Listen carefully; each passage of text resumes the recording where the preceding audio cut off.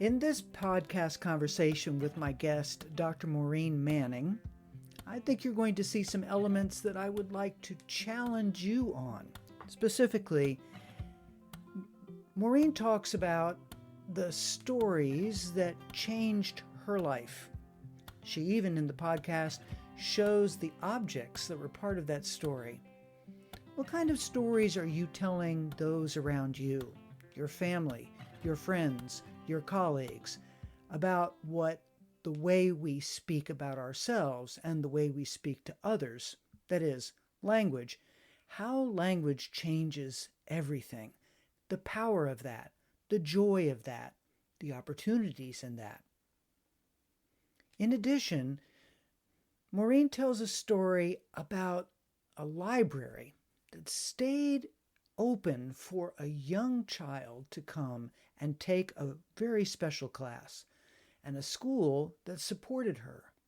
I'd like you to reflect in your life and experience, what opportunities have you made for people that clearly show an interest in something that takes them beyond themselves, that opens doors, that opens opportunities? Take a moment to reflect on your own life as you listen to the wonderful stories that Dr. Maureen Manning tells in this podcast about opening doors. I would like to just say that I am delighted to begin this conversation with Dr. Maureen Manning, and welcome, Dr. Maureen Manning. And would you please tell our listeners who you are, why we're talking today on It's About Language. Well, thanks so much, Norah. And I'm absolutely delighted to be here. Longtime listener, first time guest. You know, you and I have known each other for many years, and I'm always delighted to have a chat with you, be that in a more formal setting like a podcast or on a panel together or somewhere in a conference expo somewhere. And we always talk about the power of language as well as the different initiatives that we're engaged in at the time. So I own a consulting company called the Global Nexus Collective.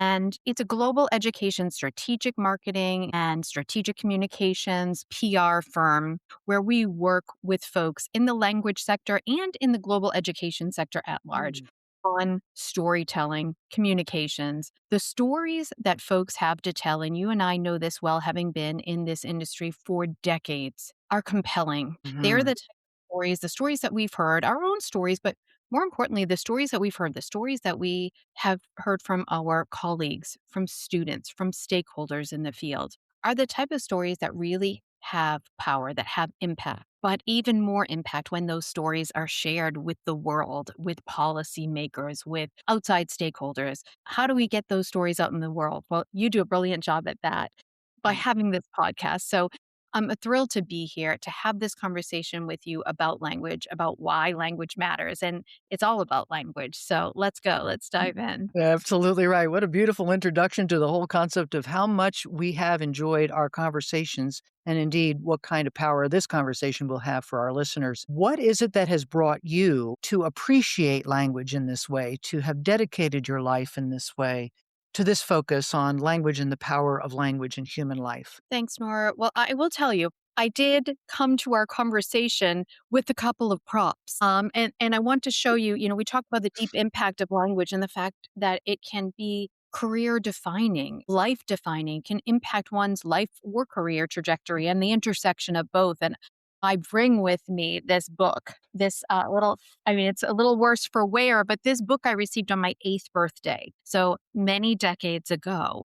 My parents gave me this book. I'd always wanted, since I could talk for whatever reason, wanted to learn French and go to Paris. They couldn't bring me to Paris, but they did supply me with all sorts of books about Paris, about France, about French-speaking countries other than France, as well as signing me up for free French lessons at our local public library in Brockton, Massachusetts. Wow. During the day, I was 8 years old. During the day, my mom walked up to the school and met with the teacher, met with the principal, indicated that since French was not, or languages were not something they offered at this local public school in Brockton, and that her daughter, me, wanted to learn French, yet it was during the day, once a week at the local library. Could she pull me out walk up to the school, pull me out, walk me to the library, have this French class, and then walk me back? And Wow. they said, why not? So Wow. I mean, it was a powerful understanding, granted a limited understanding at the time at 8 years old. And I certainly wouldn't have used the word advocacy at that time. But what it was, in fact, was my mother, a caregiver, person, speaking with a person in power and someone advocating for me for the importance of language learning. That was my entree into the advocacy piece of language learning. And what a powerful lesson that was. And being able to reflect on it decades later, for me, it gains more and more strength. And it feels to me, it just highlights that importance of why I need to make sure that I am advocating for language learning for those who can't, or to sort of throw my voice into the mix, even with others who are doing that similar type of advocacy work. So I bring this just as a reminder, and I keep it nearby. I mean, I didn't have to look for it. I keep it nearby as a visual reminder of why I do what I do. Here's this beautiful book with Montmartre on the front, and it is still part of what the prompt is for your life work. Maureen, I'm going to, for a moment, ask you, you went appropriately so to the power that advocacy that your mother provided for opening that door. The kind of astonishment, frankly, it looked like almost that would have been part of what she would have asked and what would have been granted.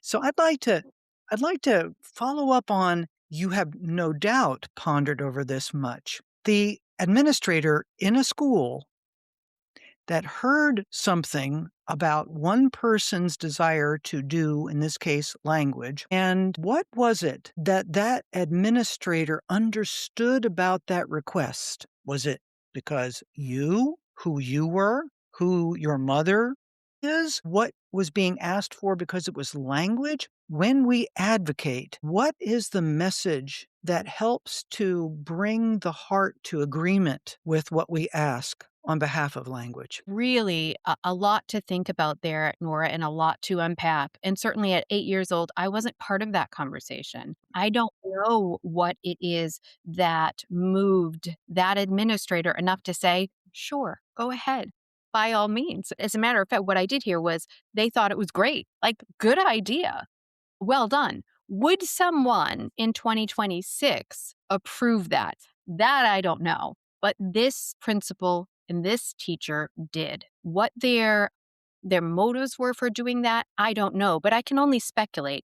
And what I would wonder is if it was about student story, student interest, in that honoring of student interest. Hmm. I mean, it really is indicative of like a personalized education that so many of us in education advocate for or promote, is that individual tracks of learning, and how can educators better individualize the student learning experience, even when you are in a public school with 20 or 25 or 30 or more Yeah. students in one classroom. How do you make sure that each one of those students has a personalized experience that speaks to them and that's going to impact their learning? This administrator, this teacher certainly did that.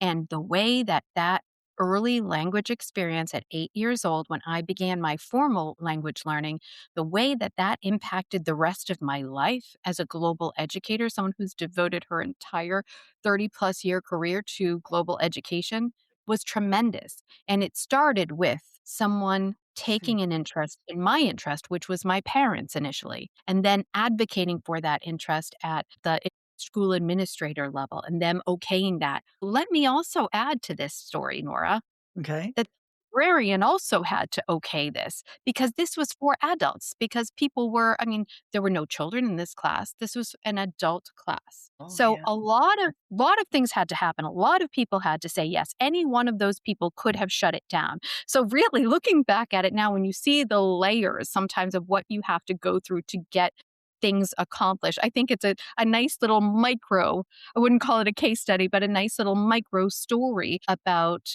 the levels that sometimes you have to go through and like keep keep pushing through, and the impact that one decision can make on not just one life, because it wasn't just my life that was changed by that yes. It was the lives of the students who I have had Mhm. class in contact with, in even when I was no longer was a classroom educator, but in other positions, in leadership positions where the decisions that I made could impact lives.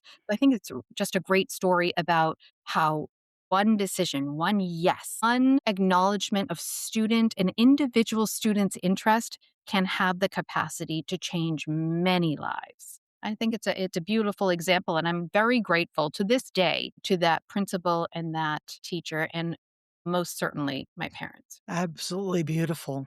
And you're right. The impact of yes, the impact of listening to the heart and the desire with a worthy request and giving, in this case, an 8-year-old child, it can be any age, right? An opportunity that we ourselves may not have thought of, but they have thought of and had requested or had advocated for them in this particular case, especially powerfully. You got started then, you went to the library. It obviously was what you had desired. It was fulfilling something, even though you were a child in an adult class library. What happened then? How did that story unfold? What else then began to work in your life? Well, it was something that I kept up with long after the class was over. And back in those days, it was via cassette tapes. So my parents made sure that in between these weekly 1 hour classes in person, that learning continued at home. So, there's a lot of self work that needs to be done too with language learning, as we well know. But you have to have the resources, and what those resources look like were books and cassette tapes.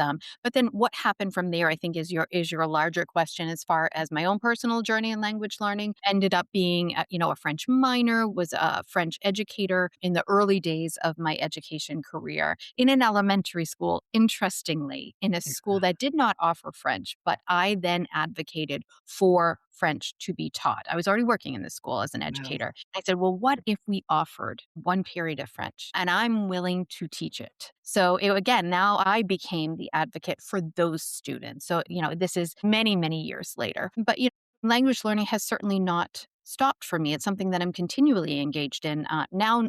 Not with French, but with my other language, which is Swedish. And being a Swedish American, I had just always been drawn to that language as Mhm. well, and wanted to formalize my learning of Swedish. And I didn't do that until my adult life. And it was when, again, classroom elementary teacher back in those early days in my career. And I had a Swedish American student in my class, and it sparked that desire again to formalize that learning, some of which was back here, but it just wasn't Mhm. wasn't fully formulated yet. And looking for a language learning class in Swedish in Massachusetts, and I found one. You found And one.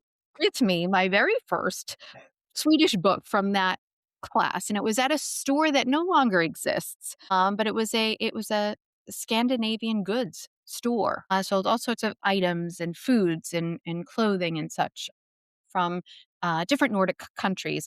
When the store closed at night, they had a Swedish class for Wow. adults. I Wow. took that class and have been speaking Swedish ever since. I'm still in a fika club then, which meets every week, and we just bring our coffee and we have a chat. It's all non-native Swedish speakers, and it's facilitated by a Swedish teacher, and we just gather. It's Swedish speakers. It's to keep up our language and also just to enjoy the speaking of the language for those of us who don't get to speak it every day. So it's been instrumental for me in keeping up that language. As well, I have participated in short term study abroad programs as an adult in Sweden, Wow. a number of times. I do a lot of work in Sweden in global education and in study abroad. I've done for years, I've worked in Sweden. So going to these short term programs as an adult, being someone who works in the study abroad sector in global education, or does a lot of work in that arm of the global education sector, what a joy it is. And I highly recommend, if you can do it, if you can find a short-term program and do that as an adult, it's one of the greatest things that I've done with my language in my life. That Full is circle moment, Laura. It's a full circle moment here. Isn't that interesting? Indeed, it is. And you showed a book. What does the book cover say on it? What's the image there? In Swedish. In Swedish, and a beautiful picture of a globe there. I think it's absolutely wonderful you brought the props and that they're where you can continue to ground yourself, to continue to tell yourself your own personal pathway story whenever and keeps informing your work as well. That's fabulous. So, indeed, what tell our listeners what kinds of work you have done then with these skill sets of language and with the insights that you have had about learning, using, and finding meaning with them. Yeah. Well, particularly well, with the French, being a French teacher, advocating for that inclusion of a French class within the school day, and then facilitating that for those students, and then later in my career, not later in my career, but late after that experience, but still early in my career. In my recruiting days, I used to go on a lot of student fairs and meet with students and parents for study abroad programs where students would come to the United States to do a portion of their studies, non-degree seeking program, so more study abroad. And so much of the work that I did was in Sweden Mm. and I was in there. And so to be able to give some of those presentations in Swedish as a non-native speaker and be able to have conversations with parents and students in their native language. And it wasn't perfect then, and it's certainly not perfect now, but enough to get by, enough to have conversation. It was a really it was a beautiful thing. It honored my own heritage, and I felt very much connected to my own identity as a Swedish American. So it meant more to me than just speaking the actual words. A communication tool, yes. That being said, many, if not most, everyone I spoke with was a fluent English speaker. So I could have very well given all of my presentations in English and been just fine. But I didn't. I purposely didn't. I wanted to engage in the Swedish language when I was in Sweden. And there was a lot of relationship building that happened because of coming from a place of curiosity, having cultural humility and saying, like, I'm not, starting with, I am not, this is not going to be perfect. I'm going to do the best I can here. I enjoy speaking it. It's really a way to foster connections, that human connection. And to this day, I have many friends in Sweden who I am regularly in touch with from those early days as a recruiter and working in schools in Sweden. So for me, it really was a way not to go about my business because that well could have been done in English, but it was really it fostered that human connection for me. And it still does to this day in my fika afternoon that I have on a weekly basis. It's about connections. What have you seen, Maureen, with regard to the attitude towards connection over these years through the vehicle of language in particular? What is it that fosters confidence and curiosity in people to make connections? What is it that potentially brings blockage? And how do you personally address those areas? I think one big way to build confidence is to lean into that curiosity part and just say, I'm curious about this. I want to learn more about this. And I'm okay not being the expert in this. I'm not. And that's fine. That's okay. I'm a beginner. I'm a learner and I love learning. So I'm going to embrace that and lean into that and work with the experts, who in this case are my Swedish peers, are my Swedish teachers in the past, are my colleagues who are Swedish speakers. So coming from a place of curiosity, coming from a place of vulnerability and knowing that I'm going to make mistakes and that's fine because I'm learning each time and I want to be corrected. And I encourage in conversations that if I'm saying something wrong or please do correct me if there's something that's off that is going to help me improve, please do. I'm here to learn. I'm here to get better. And not having someone always be in that role of teacher, but I'm vulnerable and accepting of constructive criticism. That's how we learn. That's how we improve. That what gets in the way, you ask, what impedes that progress, I think, is letting perfection be the enemy of good. Just start somewhere. be okay with mistakes, embrace them as a learning tool, as a way of improving your language. I think one strategy that's worked well for me is finding not just a formal class, but those informal times to have conversations with Mm. folks who are both, above my level of fluency, as well as some folks who are less fluent. So having conversations with a wide range of folks, I think, has been very helpful in a very informal way where we can just sit around with our coffee and just have a chat. That's great. Thank you very much for explaining that. It's really neat. What kind of talking about you have as your title, as a matter of fact, on your LinkedIn profile, about being a strategist and storyteller. And the storytelling part, either one, if you can start with either one is fine, but I'm just fascinated by how is it that you are telling stories? To whom do you tell stories? What are you accomplishing when you tell stories? Yeah, all fantastic questions, Nora. And of course, I'm not just going to answer it with one answer. I'm going to dissect it a little bit because Great. I want to really highlight is that it's not just my story. I love telling stories, and I'll tell you a story about how I got this, how this love of language blossomed across my career, what that career trajectory looked like, different experiences in my life, different study abroad in particular, different study abroad experiences in different countries, countries where I spoke the language, countries where I did not speak the language, different work opportunities. All of those things make up my chapters, my stories, and I love to share them. And I love to share them in a way that's hopefully going to resonate with other folks where they can see themselves in this story or that inspires them to take a chance on a program, to go to a place where they haven't been, to say yes to some sort of adventure, be it personal or professional. So there's that. There's my personal stories and why and how I share those. But more importantly, are working with others, working with leaders of organizations to help them better tell their story of their own personal stories, certainly, but also the stories of their organizations in order to move the needle. And a lot of that involves not just their stories as leadership within the organization or their team stories, all of those are important.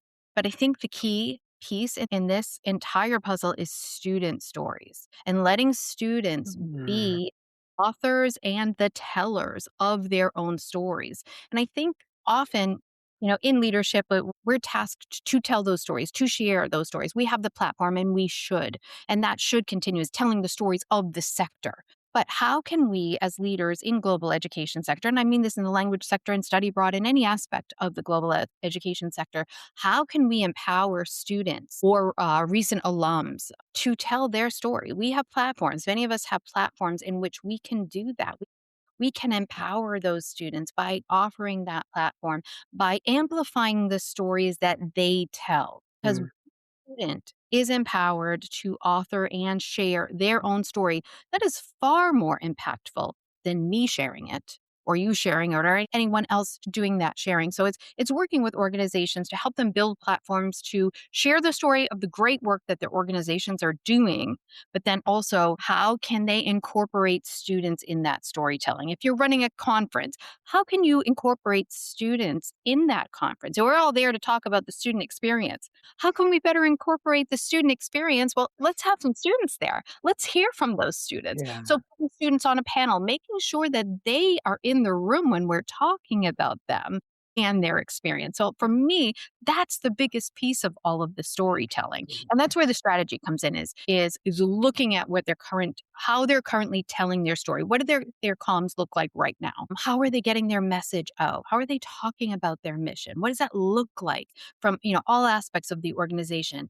And to what extent are students involved in that? And can we help amplify that to a greater extent? Powerful, powerful. That makes such a difference. Hi, Norah Jones here.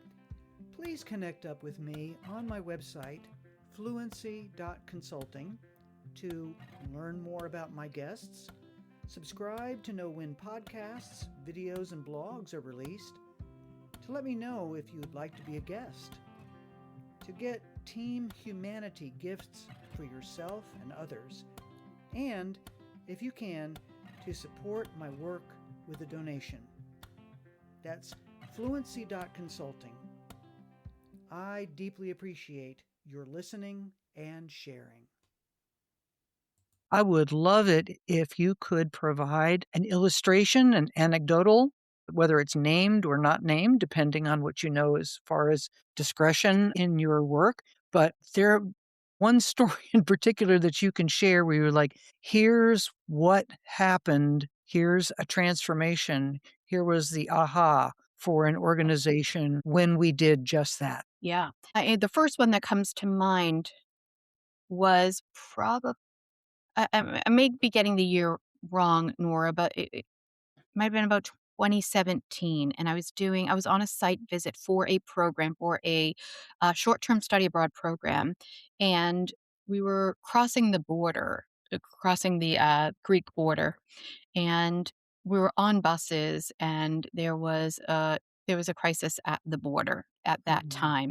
It was really jarring for all of the folks involved, certainly for the folks who were in the crisis itself. They weren't folks on our tour by any means. We were just on buses. But the students who were involved and the educators who were involved, the administrator, everyone on these coaches we had an experience together where we witnessed this crisis. And I'll leave that where it is. But the experience was shocking for all, um, and needed processing. What it didn't need was being shoved under the rug once it was over and we were able to cross and, like, let's just now go through the rest of our tour and our program, and we have these exciting things for you, and let's go to dinner. It was a moment that knew needed to be addressed in the moment while simultaneously all processing it together. And I think that that crisis comms piece of it, the crisis communication, and how you talk through a situation with stakeholders. In this case, it was students who were enrolled on a short-term study abroad program and the educators. So having the moments of reflection, knowing that everyone's going to interpret it a different way, everyone on that bus is going to feel differently about this. There's going to be some outrage, there's going to be fear, there's going to be anger, so many emotions. And knowing that even after we offer these opportunities to process it and being very respectful of different ways of processing, it didn't end that day or the next day when we were done with these formal like debriefs or like, and if you have anything more, please feel free to come to us. We knew that this was something that would likely stay with Yeah. those students. I have heard from those students years later after they've graduated from college and say, that moment still sticks with me, and here's why. I've had students liken it to other things that are happening in the world and saying, I think differently now because Mm, what I saw with my own eyes in that moment. That's powerful. it is. But I think the key piece to all of that, so that's a story. I think the key piece to all of that is reflection and offering a platform, offering an opportunity to process and being mindful of the fact that that looks different for each one of us. And again, I'm still here for you if you want to process this all these years later. Years later. And I've heard recently from students on that program. That story encapsulates much that we don't always bring out, I think. I'll say it boldly, at least about me, in that we have the language that we speak inside of ourselves when we experience something, the way based on our own life background and our exposure to the kind of vocabulary to use to talk about our life background. We are speaking inside ourselves. So we have this individualized language that's going on. We have then that corporate language where you as guide, your organization as guide, spoke then language that could be used for everyone's use. Everyone could hear these same words. They may be hearing them differently in a sense because of their own background, but they're having this common language spoken. And that both of those, the way you told that story, Maureen, helps us to understand that both of those types of language are happening simultaneously. Both are needed, both have impact. And then on top of it, that connection that's made because it wasn't just good luck thinking about this, guys. We're going to ignore it and let you to do your own thinking, which is one way of doing it. And not just this is how you must think about it, the corporate one, but engaging both and the doors that were left open for ongoing life understanding because you did just that. I think that's a important thing to meditate on the combination of those types of language and what kind of positive and necessary impact those make. Would you say that that what I've just described is a valid way of thinking about some of the ways that not only you have experienced things in your career with language, but also some of the ways that you may very well have been strategically working with others and helping them with their thinking? Absolutely, Nora. And I think that the key piece to all of this is the reflection piece and offering opportunities for reflection. And I just think one term throughout my academic life, particularly, that is often used is being a reflective scholar practitioner. Mm, Right. That's something that we all, well, I should say we all, many of us say, indeed, we are. I think that reflective piece of the scholar practitioner, reflective scholar practitioner, I think the reflection piece is often the most difficult to carve out time for and to make sure that you are addressing. Our scholarly work, we write, we blog, we contribute to the knowledge base, the body of knowledge in the sector through our writing, through the podcast, through all of the ways that we contribute our thought leadership. And we're practitioners, we're out there, we're in the field, we're doing this work. It's the reflection piece that I think you need to be very intentional about setting aside time to have that reflection.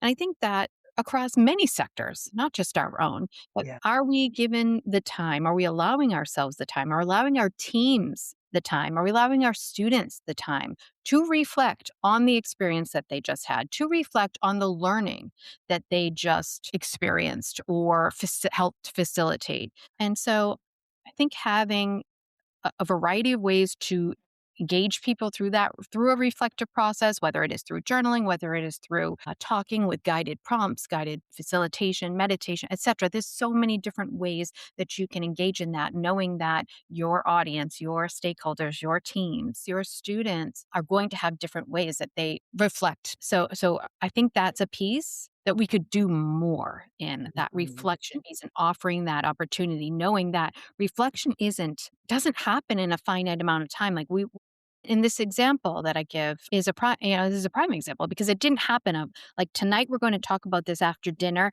and then we're going to close the chapter on it maybe tomorrow morning before breakfast too, but then that's it. And this is something that I still think about it. Yeah. Students on that program still think about it. I've heard from educators years later on that program say, "Yeah, remember that? Remember that time? This is how it's impacting me now." Or this made me think of that time when. So knowing that this is an ongoing process and our understanding evolves with it. So, not putting a timestamp on like this is our time that we're allotting for reflection and this. Yes, maybe today it is, but knowing and acknowledging and speaking that it's an ongoing lifelong process of reflection and seeing how moments in time, stories in time, whether it is that French class at the library or or a coffee chat as an adult in another country or experience that was impacted you in an adverse way. All of these pieces, they're going to pop up. They're going to come up into your lives at different time and into your memory at different time. You're going to reprocess those. So do you have the tools? Do you have the skill sets to reflect on them? And as importantly, I would say, like, how do you then use that as inspiration in some way to impact change in your own life or in the lives of others? Beautifully said. Thank you. When speaking of inspiration, when you look to your immediate future, to what's coming down the pike for you, the work, what you are already engaged in and what you may be engaged in, however you wish to interpret this, what are you most looking forward to, most excited about, most want everyone to hear? This is what's coming down the pike. Attention, please. Okay, well, thanks for this opportunity. I can't say too much about it because it's still in the works, but I am very excited that this year I will be collaborating with a colleague on editing a book on work integrated learning, internships, practicums, experiential learning abroad, COIL, different models of work integrated learning, what that looks like internationally, and best practices around work integrated learning. Wow. I'm really excited about that. We hope We hope that it will be published at the end of 2026, early 2027. More on that to come very soon. But that's a project that I'm really excited about. And in the sector, in the global education sector, a large part of the conversation, I'm thrilled about this, is lately has been around the impact that international experiences has on one's career trajectory. And that's it's part of what we're talking about today, in fact. But Forum on Education Abroad, for example, has done a large scale study, and their results are compelling when stakeholders who have had international experiences talk about how that directly impacted their career, and what that looks like financially as well. And that financial impact is significant. What it looks like for employers when they are considering who they're hiring for different positions in a highly competitive job market. What are those skill sets that they are seeking? What are the top 10 skill sets that they're seeking in their next hire? And when you look at the skill sets that are inherent in international experiences, including internships and study abroad programs, language programs, etc., there are many on that top 10 list. I think it's 8 out of 10 on this list, depending on what list you look at, that are the same. So really telling that story loudly to the world through these different studies, like the one that the forum is doing and other groups are doing. I hope that this text will contribute to that body of knowledge around specifically these work integrated components and how students can set themselves up for success in their university years that will impact their career for the rest of their career. So I'm excited about that. The call for chapters will be coming out very soon. So watch this space. Watch this space. Indeed, I'm so excited ahead of time. There's so much about that. It just in itself, just a wonderful, wonderful expression of possibilities through the language, culture, travel, interaction situation. That's just wonderful. I also think about it. It's such a beautiful answer and more to the very simple but nevertheless early question. What can I do with this anyway? And to our need in right now in the United States to have almost a proof text of applicability in order to be considered to be of real value. I speak here of, whether languages are an integral part of the educational experience or not. So thank you for in anticipation for this delivery of this wonderful resource. Thanks so much, Nora. Yeah, really excited alongside my co-editor, and we're looking forward to getting some great submissions. Hopefully, that also include the importance of language in that experience. So, what does Indeed. work integrated learning look like when there is a language module involved in that? When you're operating and working in learning in a country where the national language or one of the national languages is not your first language. So excited to compile these chapters and really dig our teeth into some interesting and timely and important material, because this career readiness piece, I think, again, being talked about widely, studies being done, and I think there's more and more emphasis on it lately in a time where languages are sort of even more under a spotlight. Higher education or the value of higher education is under question more than ever, and recent polls indicate that.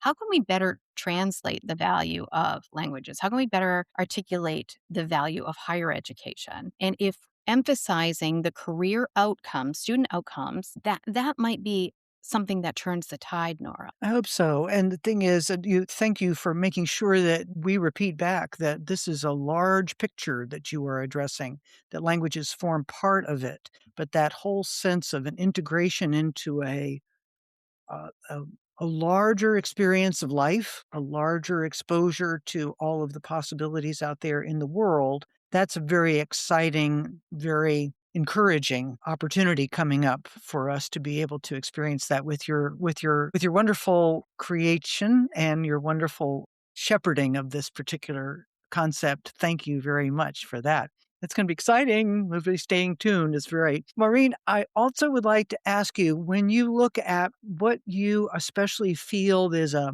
struggle right now in what is happening in the in the field in which you're working, strategic, storytelling, languages, international connections, and so forth. What is it that you are saying, this is important for our listeners to know that these are the kinds of things that we watch out for, we can begin to address, we need to address, and the rationale for addressing them, if that question makes sense to you, my friend. So what are some of the hot topics and how are we addressing them? Yeah, I would say that. But especially, what do you find that you think is probably going to be some of the biggest challenge to what it is that you know you want to accomplish, if there is such a challenge? I mean, I'll go back to that piece around the value of higher education. It just is one. I mean, there are many, many barriers that we are facing, not the least of which are geopolitical issues that we're seeing unfold. But I want to specifically highlight that question around the value of higher education as one.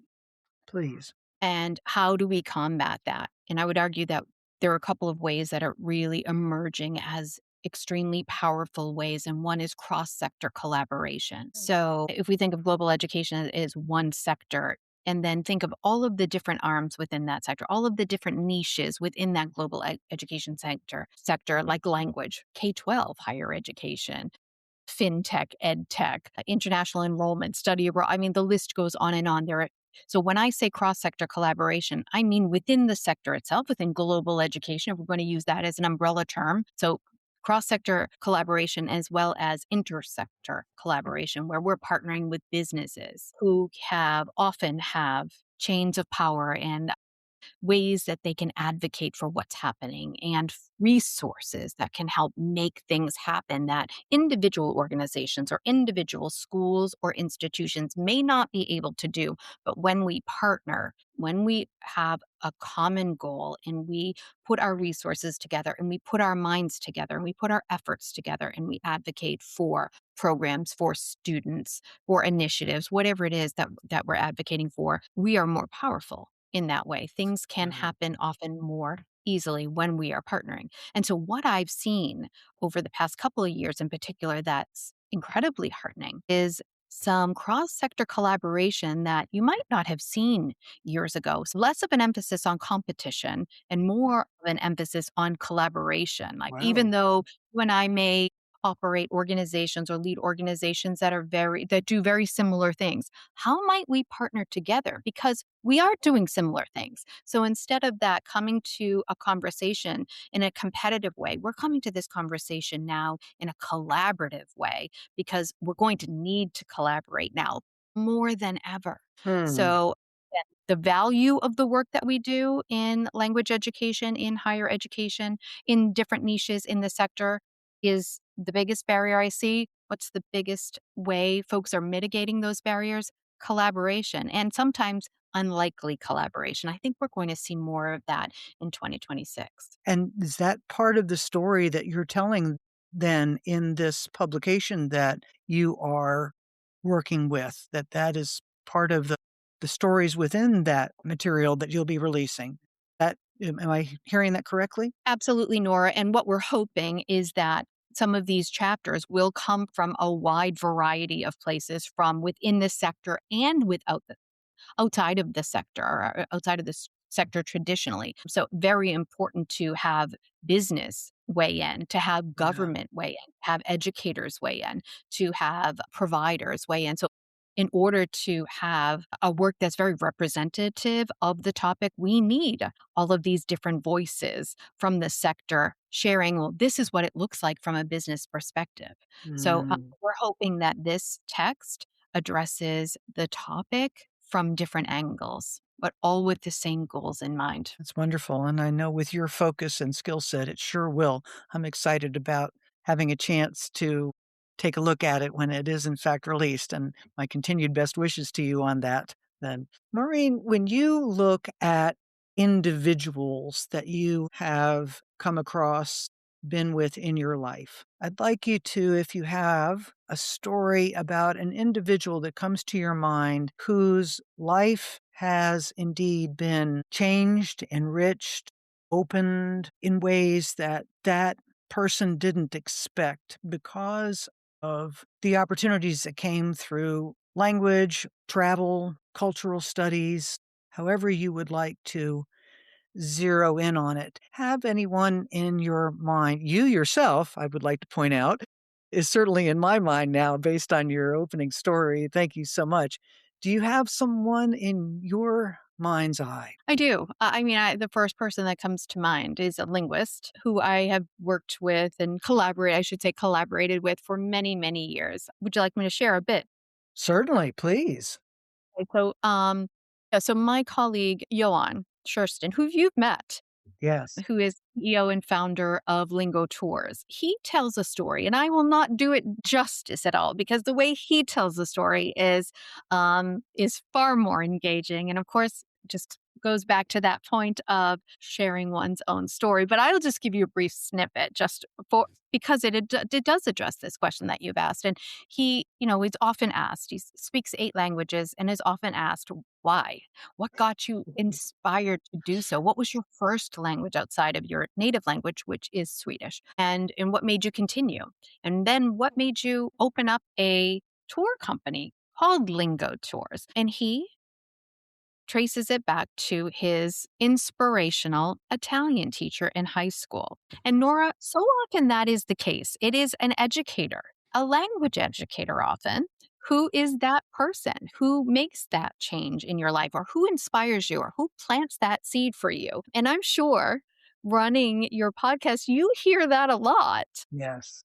But that is the case, and he talks about this very dramatic and fun and engaging and dynamic Italian teacher who would come with props, who would come in costume, who would just reenact all these lively scenes, and it was the drama and the theater, if you will, of this learning experience that really engaged him and thought, "This fantastic. I want to do well in this course. I want to learn Italian." And then inspired him to study at uni, do study abroad there, learn other languages as well. And then, because, as is again often the case, when you have been touched by language, when you have these rich life experiences that have been afforded to you because of language learning. Many of us are just so inclined to want to share or want to help others have a similar experience with language. So, opening a company that focused initially on language tours was how Lingo Tours was born. It has since evolved and now have all sorts of different offerings. But again, I mention that because it is a story of a linguist and how is that built a career around languages and how was that person first inspired? A language educator. Educator. One classroom at a time. Wow. Wow. And all Yes. those, Nora, all those students who have gone on those programs who are now impacted by the beauty and the joy and the wonder of language and culture and identity and all those pieces that go with it. So it is that, again, it's that ripple effect that happens in our field. And it is such a joy. And so many of those stories we will never hear, but it doesn't mean they don't exist. They're there. And it's exciting to know that they will continue by all of the people whose lives those students touch. And then it's never ending. And that's really powerful. And I think when when we're in those positions and have those roles where we can help facilitate them, what an honor, what a responsibility, but what a blessing. What an honor. What a blessing. Yes, indeed. And the energy that comes from people here today, there are others, their conversations clearly demonstrate the energy of joy of knowing the changes that have been made, that multiplier effect, and over generations. That also is such a wonderful thing to know, not just guess, but Yeah, to know. It's indeed. fascinating. Fascinating, isn't it? What information have I failed to ask or ask for in this time?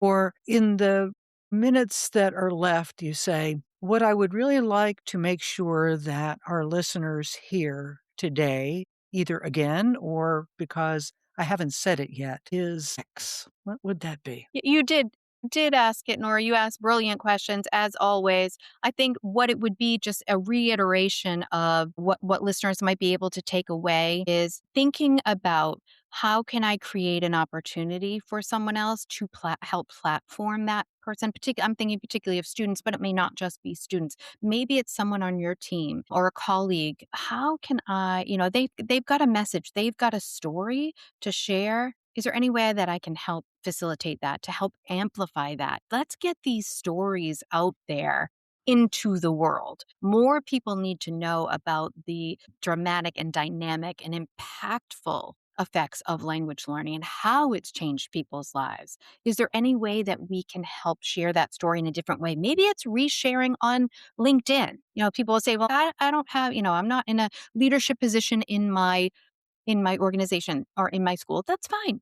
We all have the capacity to help share stories, our own and others. Maybe it's a simple share on a LinkedIn post, etc. But thinking about ways where we can help amplify not just to our sector, more importantly beyond our sector. Let's start telling more stories about the deep impact of language education. Thank you, Maureen. Thank you for sharing these stories. Thank you for sharing your joy and your commitment.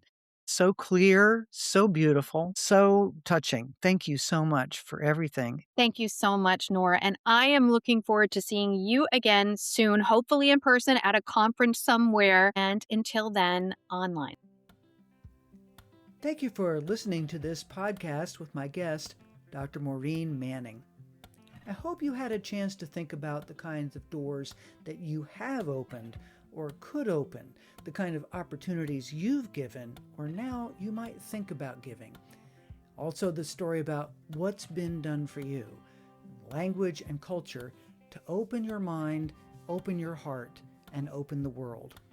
I look forward to you joining me for the next conversation, and connect with me on fluency.consulting to be in my conversation and share your story.